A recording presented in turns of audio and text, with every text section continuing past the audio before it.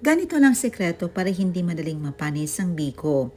Napakasarap, saktong kunat, at hindi nakakaumay sa tamis. 5 cups malagkit rice, nag-add tayo ng 5 cups second piga na gata. Lulutuin natin ito gaya ng pagluto ng regular na bigas. Pagkatapos, set aside natin. Nag-add tayo ng 5 cups of first piga na gata. Ipapalatik natin ito at kapag naglalatik na, hanguin na natin at set aside.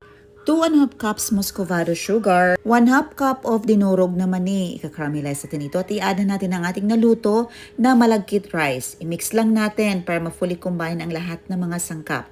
Mag-add ng 1/4 cup of margarine. Ang teknik na ito ay isa sa mga sikreto para hindi madaling mapanis ang ating biko. Tatagal ng mga ilang araw.